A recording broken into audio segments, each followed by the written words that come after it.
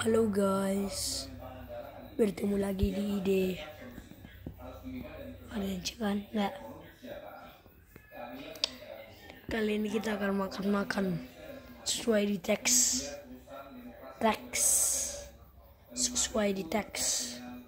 Kita akan makan. Sebelum gua menunjukkan makanannya, like, komen, dan subscribe. Walaupun gak ada judulnya, gak apa-apa, sorry ya. Bagi yang menonton ini walaupun ada gambar anak-anak ya, atau seperti remaja. 1, 2. Turun. Bentar ya. Belum nampak pun makanannya. Ini guys. Belum nampak piringnya pun. Anak kasihan. Gimana ini boy? Nggak bisa ikan. Ini. Ganteng. Mulai makannya. Bagi yang suka menonton ini, like juga. Jangan bisa. Ya, ada buang-buang bisa. Ya, sudah. 1, 2, 3. Gak nampak mulu dia.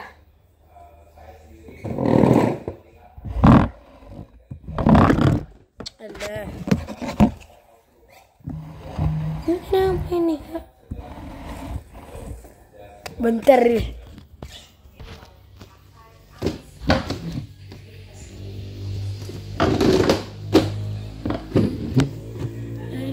Lebih jauh. Ini lebih jauh. Pokoknya aneh. Kali ada.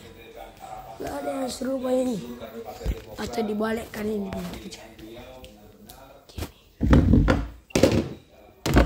Dibalikkan. Nah. Ini mau pas-pasan ini. Enggak ada tuh ya.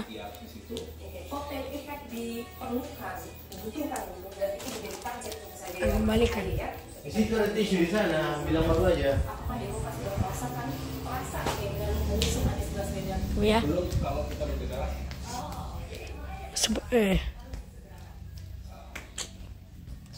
Bagi teman kita yang menonton Habibie sama Zaki, namanya kawan gua, nanti bilangnya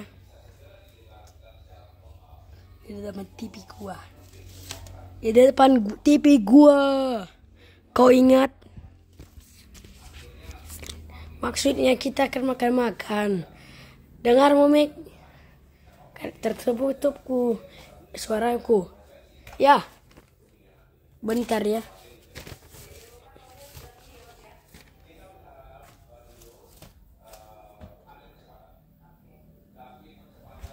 Sebelum kita akan makan, like dan komen dan subscribe. Jangan lupa, itu gratis. Kita aja subscribe-nya. So, kita akan makan dulu. Bagi yang dengar kalian, minta maaf ya. 2 kali gua bilang. Bagi yang nggak mendengar,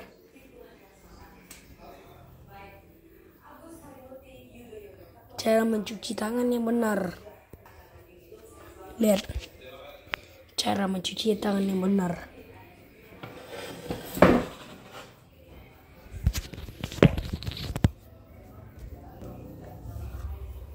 Jadinya. Buat gini.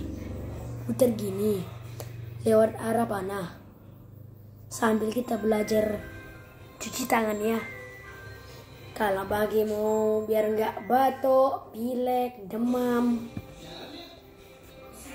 yang sering nggak cuci tangan, komen di komentar ya.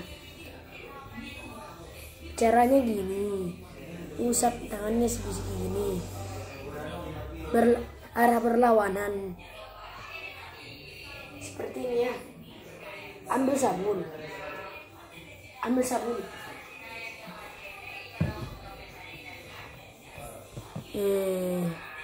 Teman. Baru ini terakhir ini. Baru bisa ininya. Oke, yang belum tahu ya. Belum ada gini.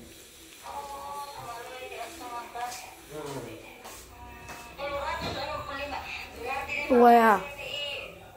Nah, sih udah. Tinggal dicuci deh. Dah. Oh, gitu.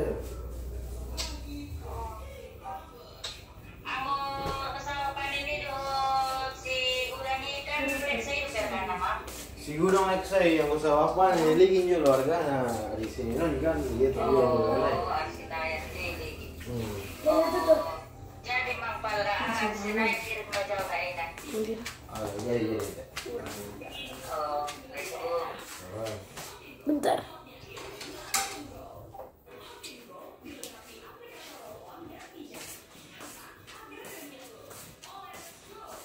Oh, let's go.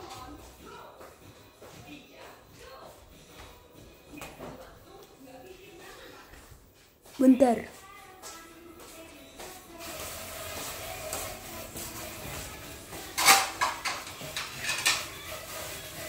Strawberry. Ngomong sama siapa gue? Ada video di sini.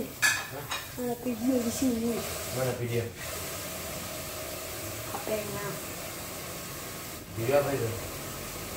Ada YouTube dah. Itu. Itu apa? Ada bisa bagian anak. Anak pakai itu. Kadang-kadang bisa, kadang-kadang bisa komponen, kadang-kadang ada yang enggak. Cara makan-makannya. Maaf mengganggu suara kayak tadi ya. Udah gua belum tahu.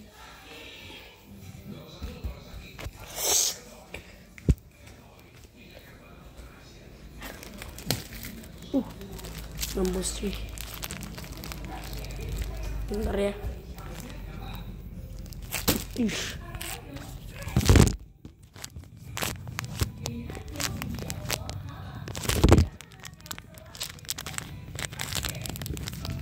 Bisa dong.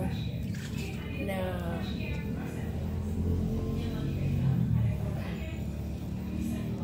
Hai.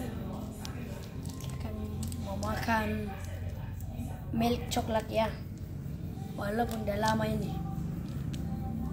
Kalau kalian miripkan pakai cermin biar tahu kalian ya.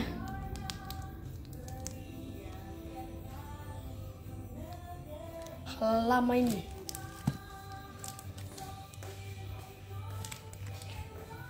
Nggak bisa melihat. Udah ya. Dan ada sini minum. Dan ada sini yang enak. Lupa. Ada coklat lagi ya kayak tadi. So kita akan makan. Bagi yang Islam, bagi yang nggak Islam atau nggak Islam, boleh nonton atau skip sebentar ya.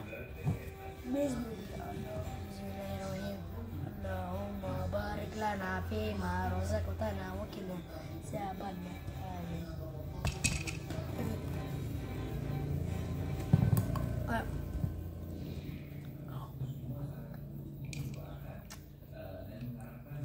Boleh sino. Ya.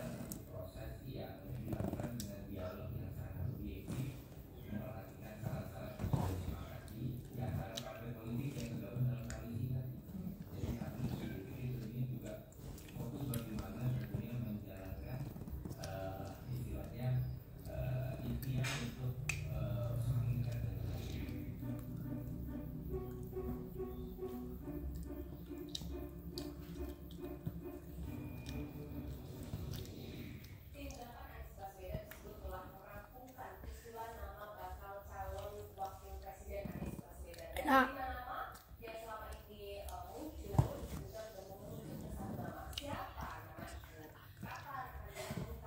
seperti rasa agar-agar. aman.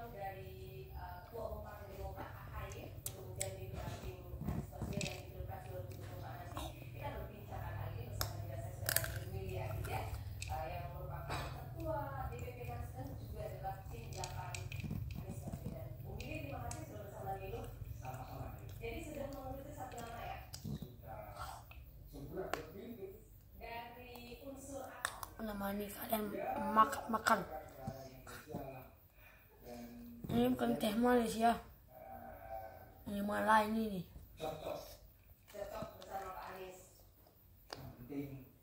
Berhasil ikhtiar yang sudah dilakukan oleh tim 8 setelah melakukan diskusi panjang dengan dua variabel besar, yaitu variabel kuantitatif dan kualitatif.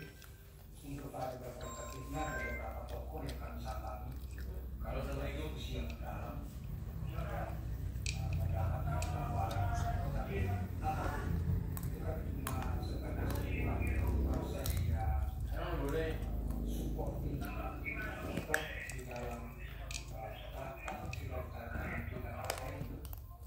Nanti kayak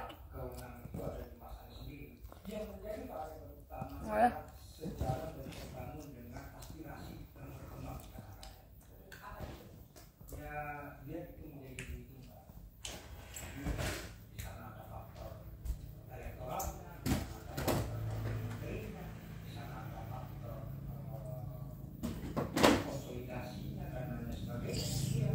Dia menjadi variabel utama bagaimana pasar ini berkaya. Anies Baswedan itu kan kehendak yang lahir dari genuine dari hati rakyat. Akhirnya ada kesadaran bersama kolektif concern, kolektif konsisten atau common consistency.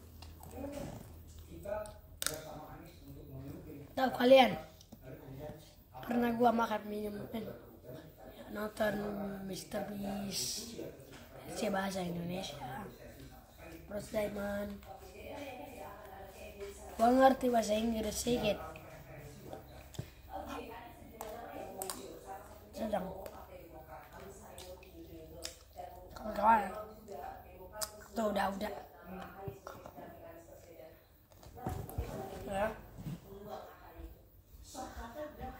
Diusulkan oleh Demokrat. Di sisi yang lain, PKS juga mengusulkan Ahmad Heriawan. Tapi bagaimana melihat sosok AHY bagi Nasdem?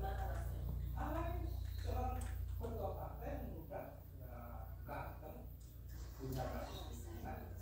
Dia ada di dalam koalisi. Anda melihat AHY punya daya elektoral tadi?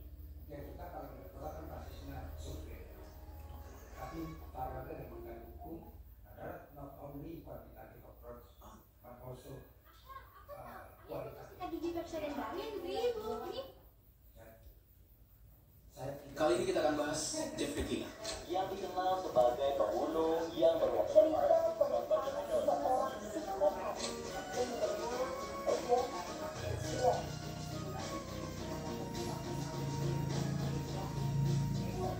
Foto original Jeff Dekila mungkin agak menyenangkan bagi beberapa orang dan disturbing juga, sangat mengganggu, terlebih lagi di bagian matanya yang menatap kita. Jadi buat kalian yang takutan orangnya, aku saranin tonton sampai habis. Ini adalah foto dari Jeff Dekila. Salah, maksudnya yang ini. Kulitnya putih banget, hidungnya kayaknya nggak ada, senyumannya lebar banget, dan matanya aneh. Nah, ini adalah foto original dari Jeff Dekila. Yang suka horor, Itu di luar sana, lihat di ya. internet itu banyak banget variasi-variasi dari Jeff Dekila yang berbeda-beda. Udah banyak yang memodifikasinya dan dibikin jadi lebih menyeramkan. Sesuai dengan namanya, Jeff ini adalah seorang pembunuh. Dan sebelum dia membunuh korbannya atau targetnya, ada slogan yang paling melekat dengan Jeff ini, yaitu tidurlah.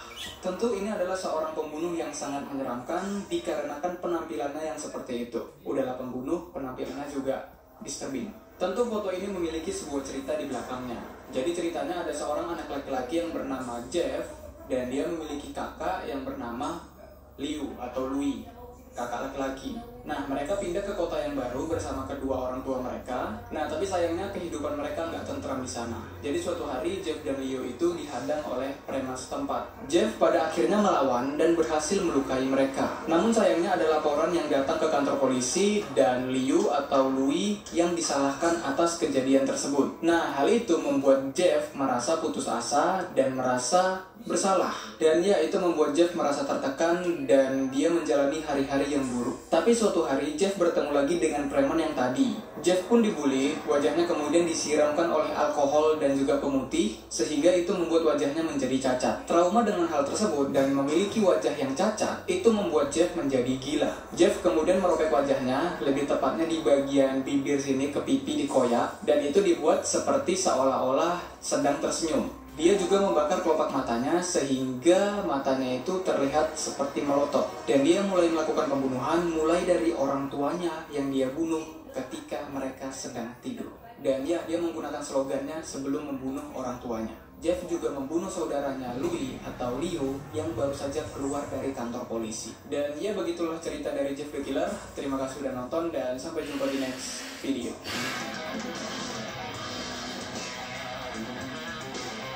Enggak. Kita lanjutin lagi. Versi cerita ini adalah versi yang paling populer di antara versi-versi yang lain. Diposting di creepypasta.com pada tahun 2011, kemudian di-repost ulang lagi di sana pada tahun 2012. Makanya di situ tertulis 2012. Aslinya sih tahunnya itu 2011. Kita masuk ke pertanyaan berikutnya. Jeff the Killer itu creepypasta atau urban legend? Yang pasti sampai saat ini Jeff itu masih creepypasta, bukan atau belum urban legend. Lo kok bisa? Beberapa dari kalian yang udah tahu tentang Slenderman atau yang udah lihat konten Slenderman sebelumnya, kenapa Slenderman yang jelas-jelas kemunculannya itu dari internet juga disebut urban legend, sedangkan Jeff the Killer yang terbuat dari internet juga, yang tercipta dari internet juga, itu malah disebut creepypasta doang. Kenapa nih Slenderman disebut urban legend tapi Jeff the Killer enggak? Kita tahu kedua karakter ini sama-sama berasal dari internet, dan bisa dibilang Slenderman juga bagian dari creepypasta. Hal yang membuat Slenderman beralih dari creepypasta ke urban legend adalah ketika dia mulai memasuki dunia nyata. Dari dunia digital masuk ke dunia nyata. Maksudnya itu gimana, Bang? Ya, cerita Slenderman yang awalnya itu hanya cerita sebagai hiburan di dunia internet, sebagai hiburan bagi penikmat horor, malah masuk ke dunia nyata, meluas dari mulut ke mulut, dan dipercaya kalau Slenderman itu ada. Makanya Slenderman beralih dari creepypasta ke urban legend. Nah, sayangnya Jeff the Killer tidak mengalami hal seperti itu. Ya, orang-orang di internet, penikmat-penikmat creepypasta atau cerita fiksi horor, dari awal sudah menganggap kalau Jeff the Killer itu hanyalah cerita fiksi horor, dan begitulah tersebarnya gitu. Dan penyebarannya juga hanya melalui internet, tidak dari mulut ke mulut. Dan itulah kenapa walaupun Jeff the Killer populer, ya kan, sama kayak Slenderman juga populer, tapi Jeff the Killer itu tidak masuk ke dalam urban legend.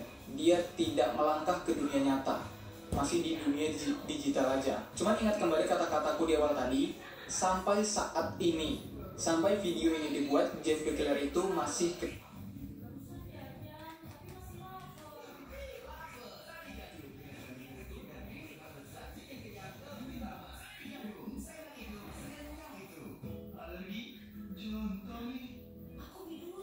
Formula kini tampil baru, kesegarannya tahan lama, bikin suasana makin nyaman, momen jadi berkesan.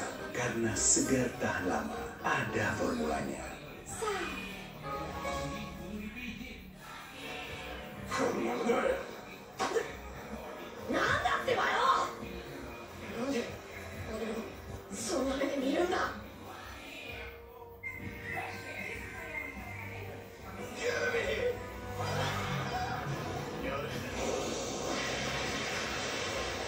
Kisahnya dimulai ketika segerombolan pria bertopeng memberikan misi kepada pria botak untuk menyamar menjadi Naruto. Dengan seketika, pria botak itu berubah menjadi wujud Naruto. Lalu, ia diperintahkan untuk menuju desa Kumogakure untuk membuat keributan di kantor Raikage.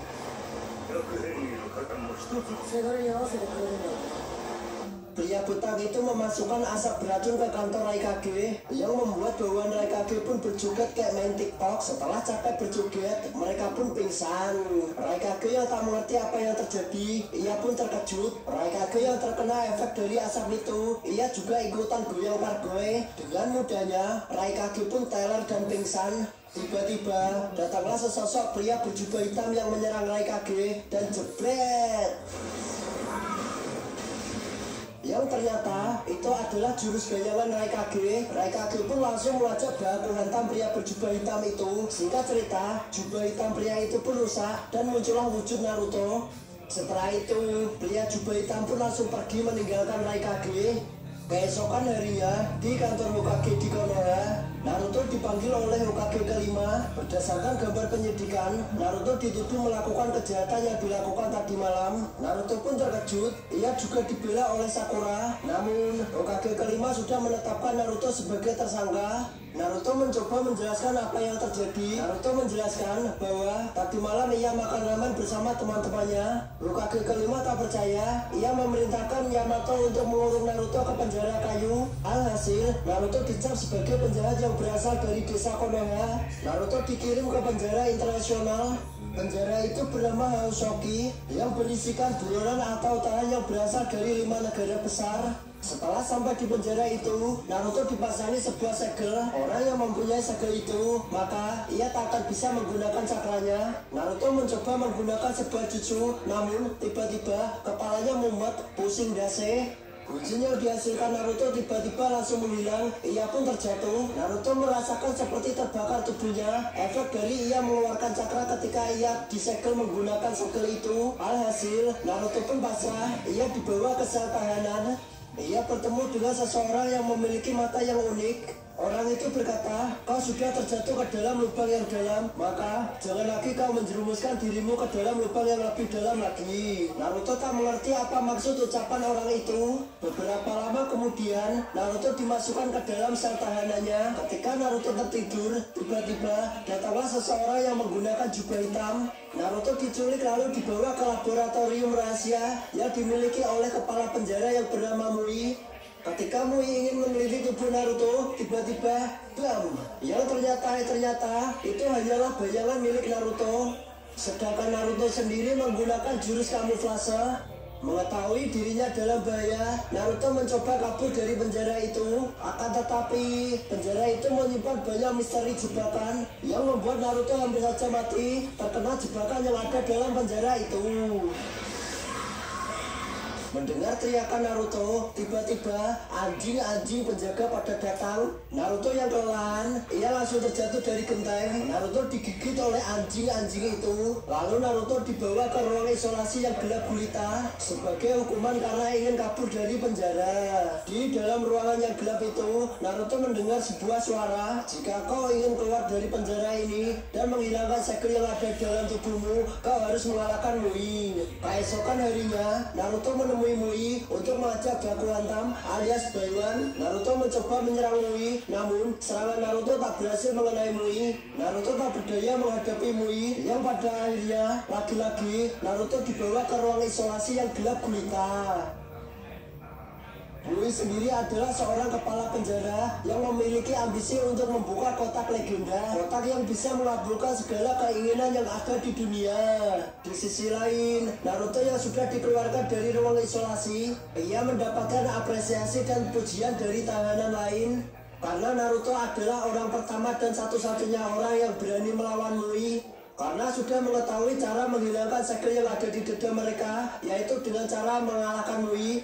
Terinspirasi oleh Naruto, mereka mencoba untuk mengalahkan Mui dengan bertarung melawan Mui secara langsung. Mui dikeroyok oleh semua tahanan, namun dengan mudahnya para tahanan itu dikalahkan oleh Mui.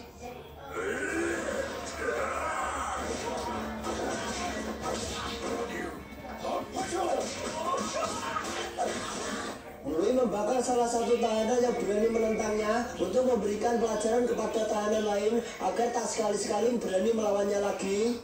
Di sisi lain, Naruto menculik salah satu penjaga penjara. Ia mengambil baju dari penjaga penjara itu. Naruto pun menyamar. Lagi dan lagi, Naruto mencoba untuk kabur dari penjara itu. Naruto akan melompat ke sebuah laut yang memiliki arus yang sangat kuat. Akan tetapi, tiba-tiba datanglah seseorang yang memiliki mata unik di awal tadi. Orang itu melarang Naruto untuk terjun atau Naruto bisa mati. Dengan keras kepala, Naruto tak mendengar ucapan orang itu. Naruto langsung melompat dan nyebur ke laut. Setelah nyebur ke laut, Naruto tak bisa menggunakan jurus bayangan ataupun jurus apapun karena arus yang sangat kuat. Naruto tak bisa melakukan apa-apa. Ia pun terbawa arus hingga pada akhirnya Naruto terpental dan terbentur batu. Ia pun pingsan. Yang untung saja ia diselamatkan oleh orang yang bermata unik di awal tadi. Naruto menghangatkan diri di gua bersama orang itu. Naruto juga baru menyadari ternyata orang yang menyelamatkan itu adalah wanita. Di gua itu mereka berdua pun ngobrol. Wanita itu memperkenalkan dirinya bernama Ryuzetsu. Dia adalah seorang mata-mata. Ia juga tahu bahwa ada seseorang yang memfitnah Naruto supaya Naruto dijebloskan ke penjara ini. Orang itu adalah Mui atau kepala penjara ini. Mui ingin membuka sebuah kotak mengambil permintaan. Kotak itu hanya bisa dibuka dengan cakra yang banyak, dan cakra itu hanya dimiliki oleh seorang Jinchuriki. Dengan kata lain, Mui mengincar kekuatan cakra biju yang ada dalam tubuh Naruto agar bisa membuka kotak permintaan itu. Setelah itu, Naruto pun kembali ke penjara. Ia memikirkan kenapa Hokage kelima dan teman-temannya di Konoha tak mempercayainya. Naruto mengingat semua kenangannya di Konoha bersama Guru Iruka, bersama Guru Jiraiya, dan teman-teman yang lain. Walaupun dianggap sebagai penjahat, Naruto sama sekali tak membenci Konoha. Ia pun membuat sebuah rencana untuk membongkar kejahatan Mui. Keesokan harinya, lagi-lagi Naruto menantang Mui untuk bertarung. Namun, Naruto dengan mudah dikalahkan oleh Mui. Naruto dibawa kembali ke ruang isolasi yang gelap gulita itu.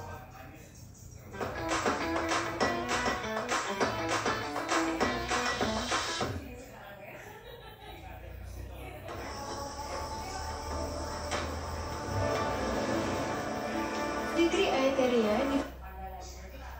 Di sisi lain, pria botak yang menyamar sebagai Naruto, ia ditemui oleh pria bertopeng. Namun, pria botak itu dihianati oleh 3 pria bertopeng yang membuat dirinya dalam bahaya. Pria botak itu dilempar ke dalam laut yang memiliki arus yang sangat kuat. Namun, ia diselamatkan oleh Mui. Mui menyelamatkan pria botak itu agar supaya suatu hari nanti ia dapat membantu Mui untuk membantunya membuka kotak permintaan. Di ruang isolasi, Naruto memanfaatkan ketenangan itu. Naruto mencoba untuk membuka teknik Sage Mode, akan tetapi tiba-tiba ia dipanggil oleh penjaga penjara. Naruto akan dibawa ke suatu tempat oleh penjaga penjara itu. Yang untung saja, Naruto berhasil meninggalkan Bushin yang berhasil memasuki teknik Sage Mode. Naruto ditangkap oleh 4 pria bertopeng. Mui membuka jutsu membuka titik cakra Naruto. Naruto pun pingsan. Lalu, Mui ingin mengambil cakra biju milik Naruto. Ketika cakra Kyuubi keluar dari tubuh Naruto, tiba-tiba kotak permintaan itu pun aktif. Naruto yang sudah tersadar, ia membuat sebuah jurus Rasengan. Naruto menyerang Mui dengan jurus Rasengan itu. Alhasil, berkat jurus Rasengan itu, Naruto berhasil melarikan diri dari Mui. Di dalam penjara, tiba-tiba muncul cahaya putih yang sangat dahsyat. Itu berasal dari kotak permintaan yang siap digunakan. 4 pria bertopeng ini meminta agar negaranya yang hancur bisa dibangun kembali. Akan tetapi, Mui meminta sebuah permintaan agar anaknya yang telah mati dihidupkan kembali. Merasa dihianati, para pria bertopeng itu marah dan mencoba untuk menyerang Mui. Tiba-tiba, Mui diselamatkan oleh seseorang. Orang itu adalah pria botak di awal tadi. Singkat cerita, Mui pun berhasil membangkitkan anaknya yang telah mati yang bernama Muku. Mui sangat senang karena harapannya telah terkabul. Namun, tiba-tiba, anaknya yang bernama Muku ini menusuk Mui dengan tangannya.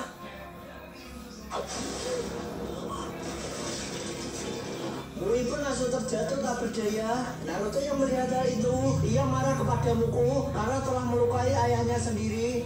yang secara tiba-tiba Muku pun berontak. Ia berubah menjadi seekor monster yang sangat dahsyat dan mengerikan dan membagongkan. Sedangkan kota hitam pun juga menyerap orang-orang yang ada di sekitarnya. Naruto pun memanggil buncinya yang sudah memasuki Sage mode, dan seketika Naruto pun langsung masuk ke dalam teknik Sage mode.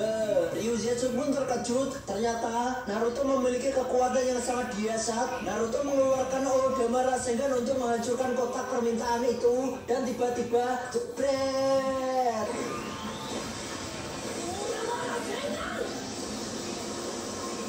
Karena terlalu kuat, kotak itu tak mengalami kerusakan sedikit pun. Untuk menghadapi monster yang sangat besar itu, Naruto memanggil Gama Bunta. Gama Bunta yang merupakan seekor kodok raksasa pun muncul. Gama Bunta yang sudah berumur ratusan tahun, ia mengerti bahwa kotak permintaan itu adalah kotak peninggalan Rikudo Senin. Itu adalah senjata legendaris milik Rikudo Senin yang tak mungkin Naruto bisa menghancurkannya. Rikudo Senin dahulu menggunakan kotak itu untuk menyegel monster yang ada di depannya saat ini. Monster itu sangatlah kuat. Ia tak bisa disentuh karena bisa membaca pergerakan lawannya. Ketika Gama Bunta ingin memukul monster itu, tiba-tiba monster itu dengan mudah menghindari serangan Gama Bunta. Naruto menggunakan jurus 1000 bayangan yang dibekali dengan masing-masing Odama Rasengan. Itu semua belum cukup. Monster itu lagi-lagi bisa menghindari serangan Naruto.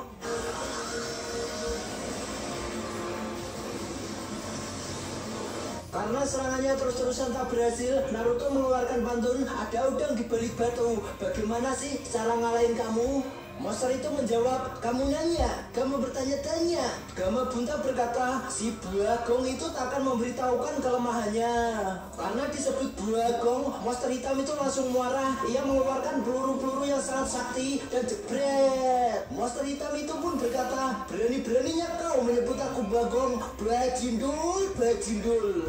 Gama Bunta pun langsung dilempar kayak mainan sama si monster hitam itu. Naruto mencoba untuk memanggil jurus 1000 bayangan, namun tiba-tiba karena Sage modenya habis, Sage penekan cakra yang diberikan oleh Mui menekan cakra Naruto. Naruto pun terjatuh dan langsung kembali ke dalam wujud semula. Melihat Naruto yang tak berdaya, tiba-tiba semua monster itu langsung menyerang Naruto dengan kekuatan penuhnya dan brem. Naruto pun dilindungi oleh Gama Bunta. Walau pada akhirnya Gama Bunta pun harus menghilang karena terluka sangat parah.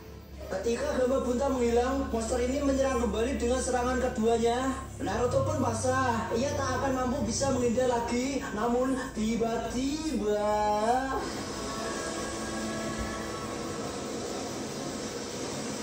Naruto diselamatkan oleh Hachibi dan Killer Bee. Berkat kekuatan Hachibi, Naruto pun selamat. Di saat Naruto benar-benar kewalahan, tiba-tiba teman-teman Naruto pun datang, termasuk Hokage kelima masuk ke medan pertempuran. Hokage kelima menjelaskan, ini semua adalah misi rahasia yang hanya bisa diselesaikan oleh Naruto. Hokage kelima juga meminta maaf karena telah merepotkan Naruto. Sebenarnya, teman-teman Naruto juga tahu bahwa bukan Naruto lah pelakunya. Naruto pun tersenyum lega melihat teman-temannya yang membelanya kembali. Naruto mencoba untuk memasuki Sage mode. Ia meminta teman-temannya untuk melindunginya selagi ia mengumpulkan cakra. Saya mencoba melakukan serangan dengan jurus gambarnya. Guruge dan Rock Lee melakukan kombinasi yang sangat membagongkan dan jebret.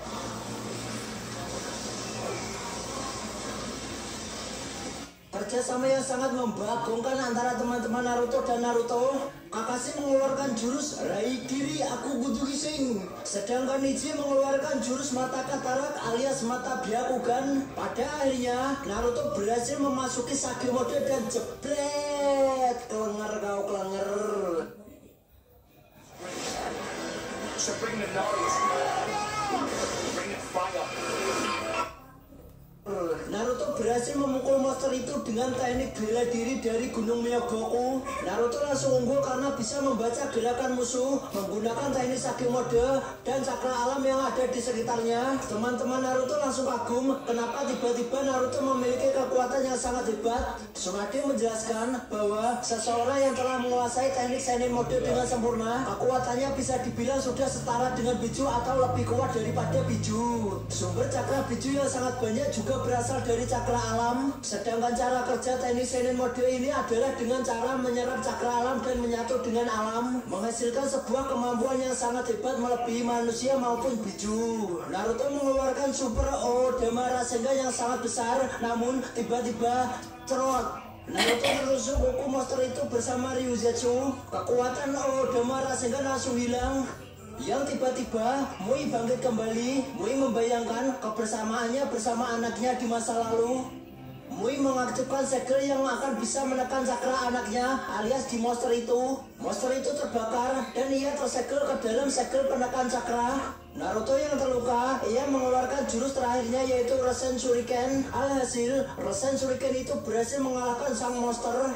Monster itu kembali ke dalam wujud Muku alias anaknya Mui. Muku kembali menyegel dirinya sendiri ke dalam kotak hitam. Sedangkan Naruto sendiri hampir mati karena tubuhnya telah bolong. Sakura mencoba mengobati dan menyembuhkan Naruto, namun luka Naruto terlalu parah dan sangat mustahil untuk disembuhkan. Bahkan Tsunade saja yang merupakan ninja medis terhebat di dunia shinobi mengatakan Naruto tak akan bisa diselamatkan lagi.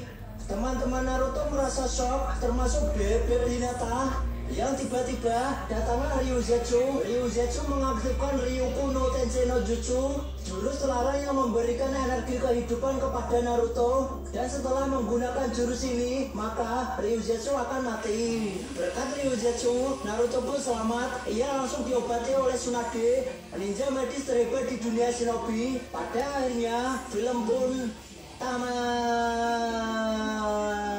Sungguh ending yang sangat membagong.